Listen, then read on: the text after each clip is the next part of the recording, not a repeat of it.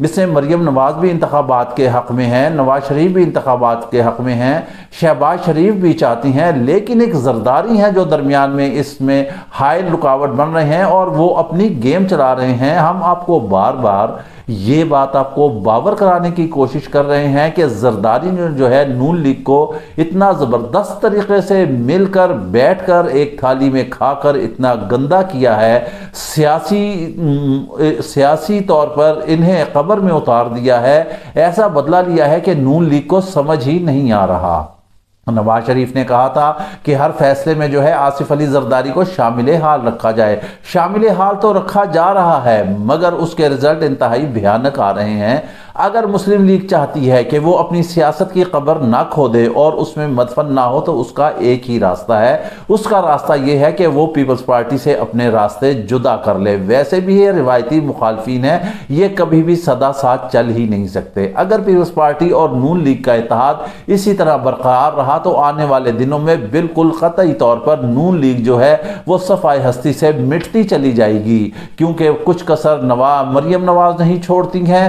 وہ کہتی ہیں کہ ایسا کوئی بات ہی نہیں ہے کہ ہم حکومت کو چھوڑیں، حکومت وقت پورا کرے گی، لیکن ماضی کے بیانات دیکھیں تو وہ انتخابات چاہتی ہیں، ان کے بھی یو ٹرن پر یو ٹرن ہو رہے ہیں، کچھ پتہ نہیں چلتا کہ کس وقت کیا کہہ دیں۔ حالات ان سے قطعی طور پر کنٹرول نہیں ہو رہے ہیں۔ پیٹرول جو 30 روپے پر لیٹر، ڈیزل اور مٹی کا تیل جو مہنگا کیا ہے، اس کے بعد ایک ناقابل تلافی، ناقابل برداشت مہنگائی کا طوفان آنے والا ہے۔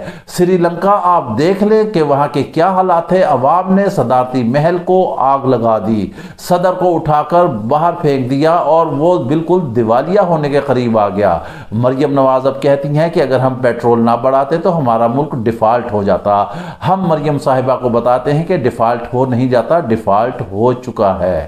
آپ کے خزانے میں اس وقت کیا ہے؟ آپ کو I M F 90 crore dollar ہی دے رہا ہے نا، ساتھ آپ نے بجلی بھی مہنگی کرنے کی نویز سنا دیا، بجلی بھی مہنگی ہو جائے گی، آٹا بھی مہنگا ہو جائے گا، پیٹرول بھی مہنگا ہو جائے گا، پھر آپ کا ڈالر جو ہے وہ 200 روپے سے اس وقت ایکسیڈ کر چکا ہے، یہ 250 روپے تک چلا جائے گا۔ پیٹرول بھی آنے والے دنوں میں یہی سلسلہ رہا تو 250 روپے لیٹر تک چلا جائے گا۔ آخر یہ قوم کہاں جائے گی؟ ان کو کیا اثر ہے؟ یہ رہنما جن کے آگے سرکار کی سیکیورٹی چلتی ہے، ایک گاڑی ان کی چلتی ہے، 1500 گاڑیاں ان کے ساتھ چلتی ہیں، اس کا پیٹرول ڈیزل، اس کے اخراجات وہ کون برداشت کر رہا ہے؟ وہ خزانہ برداشت کر رہا ہے۔ خزانہ نہیں، عوام برداشت کر رہی ہے۔ عوام کے خون سے نکلا ہوا ٹیکس آپ لوگ اس پر عیاشی کر رہے ہیں۔ آپ لوگ اکیلی گاڑی لے کر چلیں، اپنی گاڑیوں کے ساتھ 1500 گاڑیاں، کون سی اتنی قیامت آ رہی ہے؟ کوئی یہ دشمن کا ملک نہیں ہے۔ جب ووٹ لینے جاتے ہیں تو اس وقت تو کوئی سیکورٹی نہیں ہوتی ہے، اس وقت سینہ تان کر کھڑے ہوتے ہیں، اور جب کوئی وزیر اعظم بن جاتے ہیں تو آپ کو سرکاری سیکورٹی چاہیے ہوتی ہے۔ موت سے ڈرنے سے حالات ٹھیک نہیں ہوتے۔ عمران خان صحیح کہتے ہیں کہ جب تک خوف کو ختم نہیں کیا جاتا اس وقت تک منزل حاصل نہیں کی جا سکتی۔ عمران خان نے خوف ختم کر دیا ہے، قوم تیار ہے تبدیلی کے لیے۔ عمران خان نے معاہدہ کیا تھا روس سے 30% گندم اور تیل لینے کا، اگر یہ حکومت چاہتی تو اس معاہدے کو آگے بڑھا سکتی تھی۔ بھارت جو ہے وہ سستا تیل لے رہا ہے رشیا سے، وہ ایک آزاد مملکت ہے، ہم نے آزادی تو حاصل کر لی 47 میں، لیکن ذہنی طور پر ابھی تک ہم غلام ہیں، ہم امریکہ کے چنگل سے نہیں نکل سکے۔ امریکہ کا بحری بیڑا جو 1000 کلومیٹر سے چلنا تھا، جو کئی دہائیوں سے لے کر آج تک یہاں پہنچ ہی نہیں سکا۔